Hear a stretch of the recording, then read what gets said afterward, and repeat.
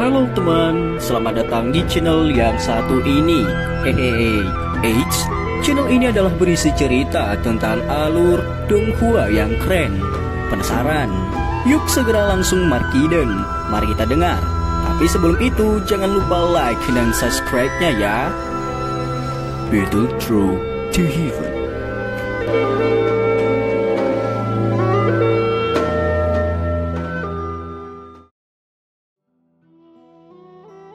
Melanjutkan dari cerita sebelumnya, Xiaoyan dengan lembut menghirup udara saat dia mengamati tubuh kristal hijau merah yang tergantung di udara.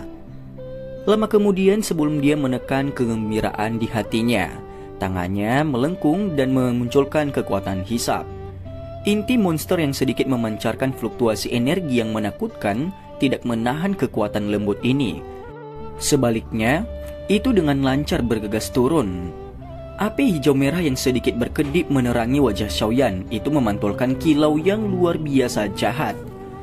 Ziyan tiba-tiba menarik lengan Xiaoyan tepat saat dia menjadi linglung karena inti monster ini. Dia tiba-tiba membangunkannya dari keadaan linglung. Xiaoyan yang telah pulih langsung mengalihkan pandangannya dari inti monster hijau merah itu. Dia segera mengembuskan nafas dalam-dalam, keterkejutan melintas di matanya. Benda sialan ini dipenuhi dengan semacam keajaiban, baik di dalam maupun di luarnya. Dia tidak tahu apa jenis binatang unik yang menakutkan itu sebelum dia mati.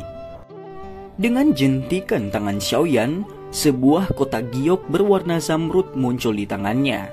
Dia merasa sangat takut dengan inti monster ini, karena itu Xiaoyan tidak berani sembarangan menyentuhnya secara acak. Dia menggunakan kekuatan lembut untuk membungkus inti monster dengan hati-hati. Setelah itu menariknya ke dalam kotak giok itu. Benda sialan ini. Xiaoyan selesai memasukkan kotak giok ke cincin penyimpanannya. Dia menyeka keringat dingin di dahinya. Dia tiba-tiba menemukan bahwa punggungnya basah kuyup karena keringat. Dia tanpa sadar mengutuk sambil merasakan ketakutan yang tersisa. Mayat ini yang telah mati selama beberapa tahun yang tidak diketahui telah mengubahnya menjadi kondisi yang menyedihkan dan tidak nyaman. Hal supernatural seperti itu adalah pertemuan pertama Xiaoyan setelah bertahun-tahun. Di atas rasa takut yang tersisa, Xiaoyan tanpa sadar merasa sedikit beruntung dan gembira. Terlepas dari seberapa besar cahaya alami pada malam ini, hadiah ini setidaknya mampu menutupi semua rasa takut. Itu hanyalah mayat. Namun itu benar-benar membuatmu takut sedemikian rupa. Betapa memalukan. Ziyan di sisinya menutup mulutnya dan tertawa saat melihat ekspresi Xiaoyan. Xiaoyan dengan cepat melirik gadis kecil itu. Namun ketika dia mengingat bahwa mayat besar binatang sihir ini akan menjadi sampah tanpa bantuannya malam ini, dia tidak akan membantahnya. Tangannya menggunakan kekuatan yang besar untuk menggosok kepala Ziyan saat dia berkata, "Baiklah, masalahnya sudah selesai. Anda juga harus kembali dan istirahat. Ingat, jangan sebutkan apa yang terjadi malam ini kepada orang lain," ucap Xiaoyan. Meskipun Xiaoyan tidak yakin tentang asal mula binatang sihir ini, jelas dari banyak kejadian nyaris malam ini, itu bukan makhluk biasa. Sepertinya masalah ini akan menarik cukup banyak masalah jika itu disebarkan. Ziyan dengan jelas memahami hal ini. Oleh karena itu dia tidak membantah Xiaoyan. Bagaimanapun, 10 kuku tulang yang sangat tajam dan keras sudah memuaskan Ziyan. Dia segera mengangguk dan berbalik. Ekor kuda ungunya terayun melewati Xiaoyan saat dia keluar dari pintu. Xiaoyan menghela nafas lega setelah mengirim nenek kecil ini. Dia melambaikan lengan bajunya dan angin sepoi-sepoi menutup pintu dengan kencang. Setelah itu dia meregangkan pinggang malasnya. Setelah melakukan aktivitas hingga larut malam, ia merasa cukup lelah. Tubuhnya langsung bergerak dan melayang ke atas tempat tidur. Lampu api di ruangan itu perlahan meredup dengan jentikan jarinya. Malam bahaya berlalu dengan damai. Meskipun prosesnya berisiko, Xiaoyan bisa mendapatkan hadiah yang sangat kaya. Pintu yang tertutup rapat perlahan dibuka keesokan harinya. Xiaoyan perlahan keluar. Matanya yang menyipit melirik matahari di langit yang memancarkan sinar matahari yang hangat. Itu menyebabkan dia tanpa sadar tersenyum. Dia berjalan ke halaman yang luas dan Doki di dalam tubuhnya bergerak hanya dengan pikiran. Setelah itu beredar melalui anggota badan dan tulangnya. Teriakan pelan tiba-tiba keluar dari mulut Xiaoyan saat dia merasakan perasaan bagian dalam tubuhnya yang dipenuhi dengan kekuatan. Tubuhnya bergerak dan teknik tinju yang menggerakkan angin kencang ditampilkan dengan cara yang sangat alami, tanpa jeda sedikit pun di antaranya. Meskipun teknik tinju ini tidak dapat dianggap sebagai keterampilan Dou yang mendalam, teknik ini masih memiliki banyak momentum di bawah dukungan Doki yang kuat dari Xiaoyan. Ketika angin dari tinjunya terbang, daun-daun layu di tanah bergetar sampai tersebar ke segala arah. Teknik tinjunya mengalir selancar air yang mengalir. Sesaat kemudian Xiaoyan menarik tinjunya dan berdiri tegak. Dia tidak tahu apakah itu karena dia telah menyerap sedikit energi liar dan keras dari darah hijau merah kemarin. Tapi dia merasa bahwa kekuatan yang dia keluarkan dengan tinjunya lebih kuat dibandingkan dengan masa lalu. Suara tepuk tangan tiba-tiba terdengar setelah Xiaoyan menarik tinjunya. Segera sebuah tawa menyusul. Doki yang sangat kuat. Meskipun sejauh ini, Doki di tubuh saya terguncang olehnya sampai menjadi gelisah. Seorang ahli Do Huang benar-benar memenuhi reputasinya. Tatapan Xiaoyan mencari sumber suara tepuk tangan itu. Dia melihat ke atas setelah menemukannya hanya untuk melihat bahwa Xiaoli tanpa sadar berdiri di dekat pintu masuk ke halaman. Sambil tersenyum, dia melihat Xiaoyan saat dia bertepuk tangan. Kakak kedua? Xiaoyan tersenyum dan memanggil Xiaoli. Merasakan betapa kuatnya Doki Anda. Saya pikir kekuatan Anda tidak hanya pada tahap awal kelas Do Huang kan? Xiaoli tersenyum saat dia berjalan mendekati dan bertanya dengan beberapa ketidakpastian. Aku harusnya dianggap sebagai Do Huang bintang 4. Xiaoyan sembarangan tersenyum saat menjawab. Dia tidak menyembunyikan apapun di hadapan Xiaoli. Tentu saja dia mungkin bintang 4 Do Huang di permukaan. Tetapi kekuatan tempur sejatinya sebanding dengan seseorang di puncak kelas Do Huang. Jika dia menampilkan beberapa kartu trufnya, dia bahkan akan memiliki kemampuan untuk melawan seorang elit Douzong. Satu-satunya kelemahan adalah dia setiap kali bertemu dengan seorang elit Douzong, dia harus mempertaruhkan nyawanya sendiri. Meskipun Xiaoli sudah siap, wajahnya masih tanpa sadar menunjukkan ekspresi tercengang saat mendengar jawaban Xiaoyan. Dia tersenyum pahit dan menggelengkan kepalanya. Kecepatan latihanmu benar-benar bisa mempermalukan orang lain sampai mati, ucap Xiaoli. Kakak kedua saat ini berada di puncak kelas Do Huang bukan? Kecepatan latihan kakak kedua juga cukup cepat. Selama Anda bisa menerobos ke Do Huang di waktu yang tersisa, Life Devouring Pill bisa dianggap telah diatasi. Tatapan Xiaoyan menyapu Xiaoli. Dengan penglihatannya saat ini, dia secara alami dapat menyatakan bahwa yang terakhir sudah berada di puncak kelas Do Huang. Hanya ada selisih garis ke kelas Do Huang. Ya, tapi itu semua berkat menara pemurnian Ki Api Langit di dalam Akademi Dalam. Saya sering naik ke level yang paling bawah untuk berlatih selama 2 tahun ini. Di sana kecepatan latihan saya jauh lebih cepat jika dibandingkan dengan dunia luar. Sayangnya, hati api telah habis. Xiaoli tanpa daya ketika dia menjelaskan. Xiaoyan merasa sedikit malu saat dia mendengar ini. Sepertinya kali ini dia perlu memikirkan metode yang berjangka panjang. Kalau tidak, mustahil baginya untuk kembali ke Akademi Dalam untuk mengisi kembali api hati untuk semua orang hanya dalam 1 hingga 2 tahun. Lagi pula siapa yang bisa mengantisipasi apakah dia akan membutuhkan beberapa tahun lagi di retreat berikutnya. Tampaknya hati api memang memberikan peningkatan yang cukup besar untuk kecepatan pelatihan saudara kedua. Xiaoyan mengusap dagu bawahnya dan tiba-tiba merenung. Ini memang berguna, namun itu hanya kasus di tingkat terendah dari menara pemurnian Ki Api Langit. Jika sedikit lebih tinggi, tidak akan banyak pengaruhnya. Xiaoli mengangguk saat dia menjawab. Kakak kedua tidak perlu pergi dan berlatih di sana di masa depan. Xiaoyan merenung sejenak sebelum tiba-tiba menyeringai. Dia segera menjadikan jarinya di depan tatapan Xiaoli yang tidak pasti. Api yang tak terlihat melingkar dan naik di jarinya. Nyala api hati yang terlihat itu seperti ular panjang kecil yang bertahan di jari Xiaoyan. Itu segera melesat keluar dari ujung jari Xiaoyan untuk ditekan dengan lembut ke kulit di luar hati Xiaoli. Suhu panas dipancarkan. Pakaian di dada Xiaoli berubah menjadi bubuk. Nyala api yang tak terlihat membuat kontak dengan tubuh Xiaoli dan segera mengeluarkan suara. Tubuhnya tiba-tiba menegang. Tetesan keringat seukuran kacang dengan cepat mengalir di dahinya. Namun dia tidak menolak sedikit pun. Sebagai gantinya, dia dengan erat mengepalkan tinjunya dan dengan paksa menahan rasa sakit yang membakar.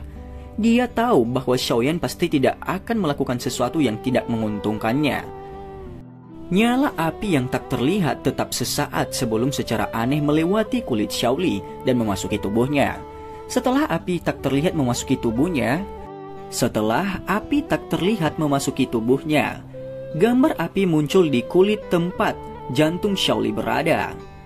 Tubuh Xiaoli mengendur mengikuti kemunculan gambar api itu. Dia menyika keringat dari dahinya dan mempelajari gambar api di dadanya sebelum berbicara dengan senyum pahit. "Adik ketiga, apa yang kamu lakukan?" ucap Xiaoli.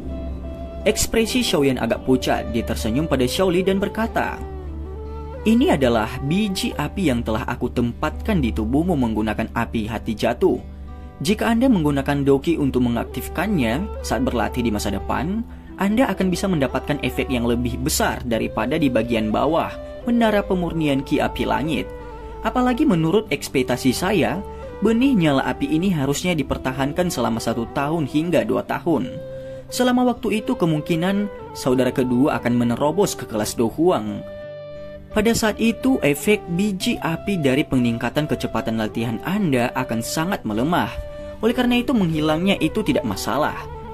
Xiaoyan tahu bahwa Life Devouring Pill dalam tubuh Xiaoli belum sepenuhnya diatasi. Jika dia tidak dapat melakukan terobosan ke kelas Do Huang dalam waktu yang ditentukan, hidupnya akan berakhir.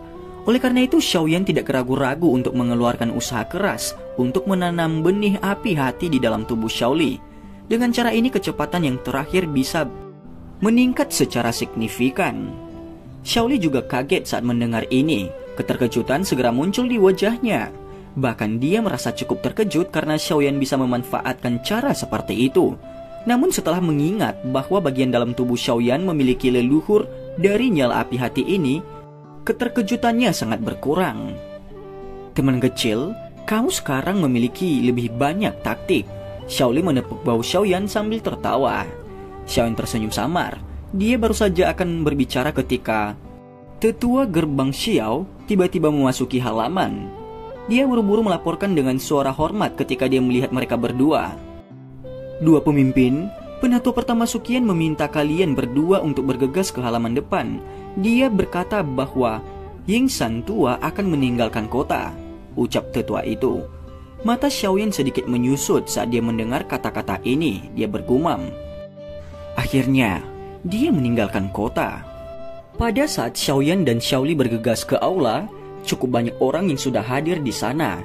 Bahkan dokter Prekecil dan Xian termasuk di antara orang-orang yang sudah ada di sana. Suqian diam-diam duduk di aula. Dia tanpa sadar tersenyum saat dia melihat Xiaoyan dan Xiaoli masuk. Seorang pelayan wanita dengan mata tajam dan tangan cepat dengan hormat menempatkan 2 kursi kosong di posisi pemimpin. Xiaoli dan Xiaoyan perlahan berjalan ke aula dan duduk begitu saja di kursi itu. Baru setelah itu mereka tersenyum. Seseorang bertanya kepada Suqian, "Tetua pertama, apakah ada berita tentang Ying San tua?" Suqian mengangguk sedikit dan perlahan menjawab, "Menurut informasi yang diterima sebelumnya, tampaknya Ying San tua telah meninggalkan kota. Namun ada yang aneh. Orang tua ini tidak melakukan apapun untuk menyembunyikan jejaknya. Sebaliknya dia berjalan keluar dari gerbang timur di mana jumlah orang paling banyak berada. Saat ini sepertinya cukup banyak faksi dalam kota Kaisar Hitam telah menerima informasi ini," ucap Suqian. Xiaoyan tanpa sadar mengerutkan kening saat mendengar ini. Apa yang akan dilakukan Ying San tua ini? Dia benar-benar bertindak dengan profil tinggi dalam menghadapi situasi seperti itu, di mana semua orang menatapnya dengan niat buruk. Meskipun dia adalah seorang elit Douzong, kemungkinan akan merepotkan berurusan dengan banyak orang serakah yang akan datang dengan cara seperti gelombang. Jangan bilang bahwa itu umpan dan bukan dirinya yang sebenarnya. Xiaoli mengerutkan kening dan bertanya. Tidak ada kekurangan ahli di antara orang-orang yang mengamati. Namun jika mereka bisa melihat sosok Yingsan tua dari jauh, mereka akan merasa terkejut. Jika itu pengganti, tidak mungkin bagi Yingsan tua untuk pergi dan menemukan elik Douzong, bukan? Jika itu masalahnya, dia akan bisa mengabaikan semuanya dan pergi begitu saja. Dengan 2 Douzong, hampir tidak ada orang di wilayah sudut hitam yang berani menghentikan mereka. Suqian menggelengkan kepalanya dan menjelaskan. Jangan bilang kalau dia benar-benar berniat untuk berurusan dengan banyak faksi dan ahli di wilayah sudut hitam yang mengawasinya dengan niat jahat. Xiaoyan dengan erat merajut alisnya saat dia bertanya-tanya dengan suara keras. Mengingat karakter orang tua itu yang merajalela, galak dan brutal saat itu, kita tidak dapat menghilangkan pemikiran ini. Suqian ragu sejenak sebelum menjawab kata-kata acak Xiaoyan.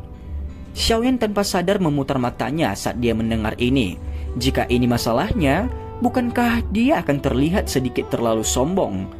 Mengingat penglihatannya, Yingsan tua secara alami akan menyadari bahwa dia bukan satu-satunya elit Douzong di tempat pelelangan yang memiliki minat pada air liur transformasi tubuh bodhisattva.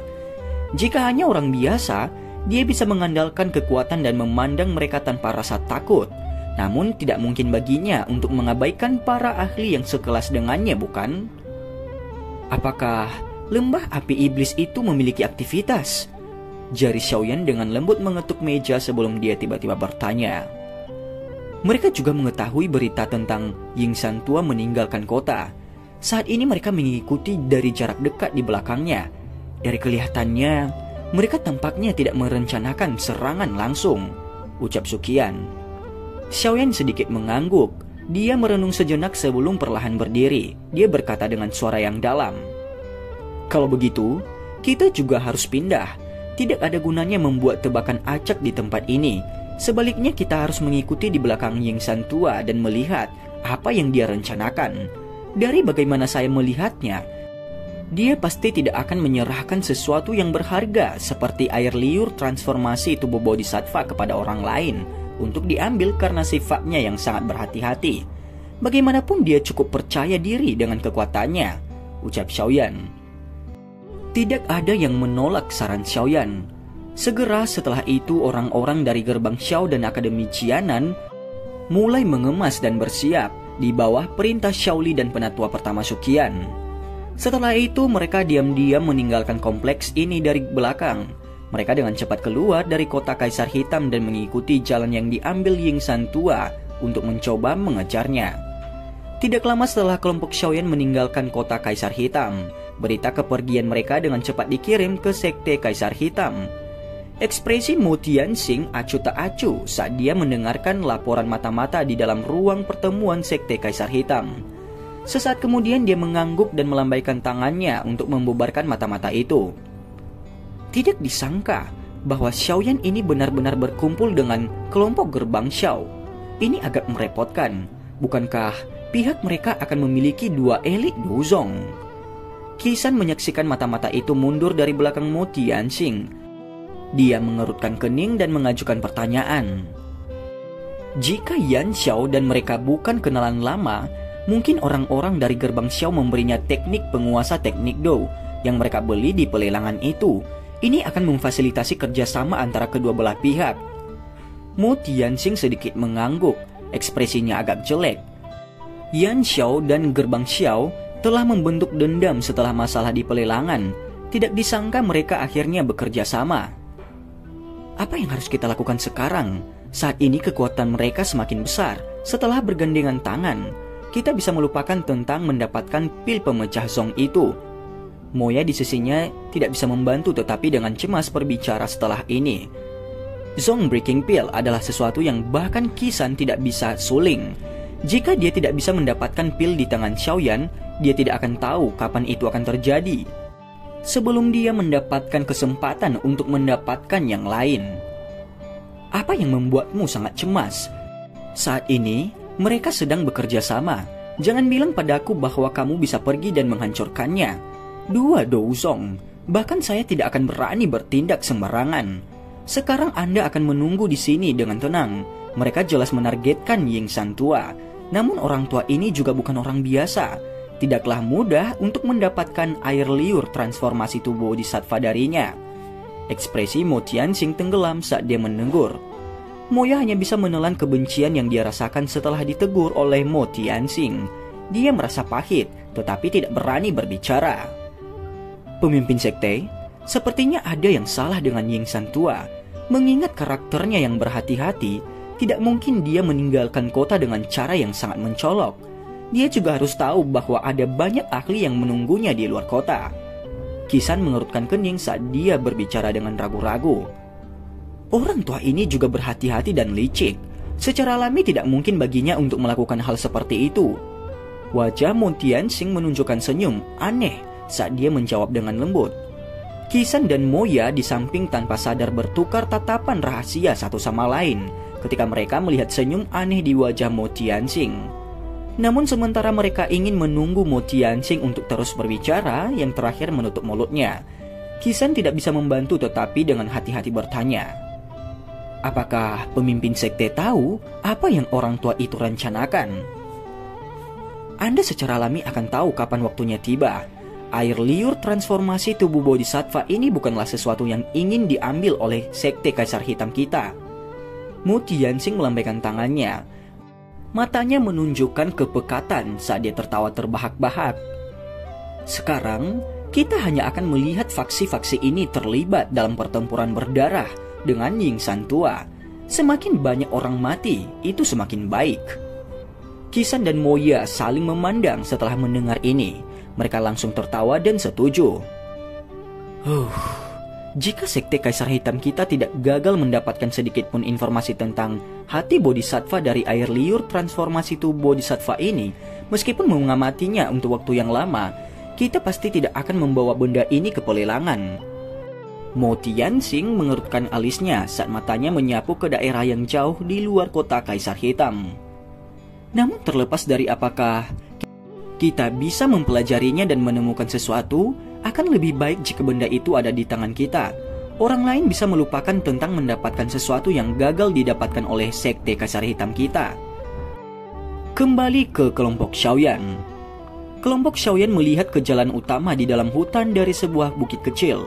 Seorang lelaki tua berambut abu-abu di salah satu sisi jalan tampak seolah-olah dia tidak merasakan suasana aneh saat dia perlahan berjalan sesuka hatinya. Sosok manusia melompat dan bergegas dari belakangnya saat banyak tatapan panas yang berapi-api menembus penutup hutan. Mereka menatap tajam ke belakang orang tua itu di depan. Meskipun keserakahan di hati mereka membakar pikiran rasional mereka, tidak ada yang berani melakukan gerakan tidak biasa sedikit pun di depan kekuatan menakutkan Ying San tua. Mereka hanya bisa terus mengikutinya, namun kondisi pelacakan ini akan langsung rusak dengan peningkatan keserakahan seseorang. Daya pikat air liur transformasi tubuh bodhisattva terlalu sulit untuk ditolak oleh semua orang. Orang tua ini sebenarnya tidak sedikit pun cemas. Dengan bepergian dengan kecepatan yang biasa-biasa saja, bukankah dia mencoba membuat semakin banyak orang tertarik? Xiaoyan menatap punggung tua di hutan dari bukit saat dia mengerutkan kening dan bertanya. Xiaoli dan Suqian mengerutkan alis saat mereka berdiri di samping Xiaoyan. Tindakan Ying San tua ini membuat mereka merasa tidak pasti. Berdasarkan akal sehat, siapapun yang telah mendapatkan harta karun yang langka secara alami akan menggunakan kecepatan tercepat untuk meninggalkan tempat berbahaya ini. Pada akhirnya orang tua ini menampilkan pemandangan yang aneh. Apakah dia benar-benar berniat untuk mengandalkan kekuatannya sendiri untuk bersaing dengan banyak ahli di wilayah sudut hitam? Jumlah aura yang muncul di hutan ini meningkat. Ada cukup banyak orang di antara mereka yang cukup terampil. Jika seseorang akhirnya memimpin untuk menyerang, kemungkinan akan mempengaruhi seluruh situasi, memicu situasi yang kacau ini. Pada saat itu Ying San tua akan mengalami masalah. Suqian perlahan berbicara. Xiaoyan mengangguk samar, tatapannya menyapu hutan dan tiba-tiba bertanya, "Di mana orang-orang dari lembah api iblis?" tanya Xiaoyan. Mereka juga harus mengawasi Ying San tua, namun cukup banyak ahli yang kuat telah dikirim dari lembah api iblis kali ini. Sangat sulit untuk menemukan mereka jika mereka bersembunyi di hutan pegunungan ini. Suqian berbisik kepada mereka. Xiaoyan mengencondongkan dagunya, tatapannya menyapu jalan di hutan. Akhirnya dia menatap tajam ke punggung Yingsan tua. Untuk beberapa alasan yang tidak diketahui, dia merasakan perasaan yang terus-menerus bahwa ada sesuatu yang tidak beres. Semua orang mengatakan bahwa orang tua ini licik, namun dia saat ini bergerak dengan cara ini. Ini tidak sesuai dengan rumornya. Keributan tiba-tiba terjadi di dalam kerumunan yang mengikuti di belakang Yingsan tua, sementara pikiran ini melintas di hati Xiaoyan. Xiaoyan mengalihkan pandangannya saat dia merasakan keributan itu. Matanya segera mengeras saat dia dengan lembut bertanya, apakah mereka akan menyerang? Hutan pegunungan yang tertutup lapisan atmosfer aneh tiba-tiba membeku. Sumber dari solidifikasi ini adalah 10 sosok manusia berwajah bayangan di antara sekelompok besar orang yang mengikuti di belakang. Dan cerita pun bersambung. Terima kasih telah mendengarkan Mimin sampai akhir ya.